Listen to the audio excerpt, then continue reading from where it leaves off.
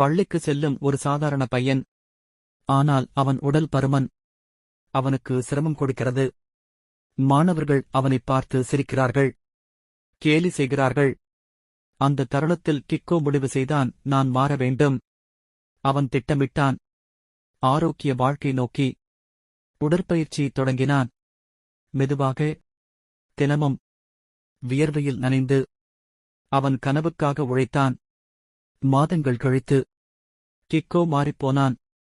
புதிய உடல், புதிய நம்பிக்கை அவன் வாழ்க்கையில் வந்தது. முன்பு சிரித்தவர்கள் இப்போது பாராட்டுகிறார்கள்.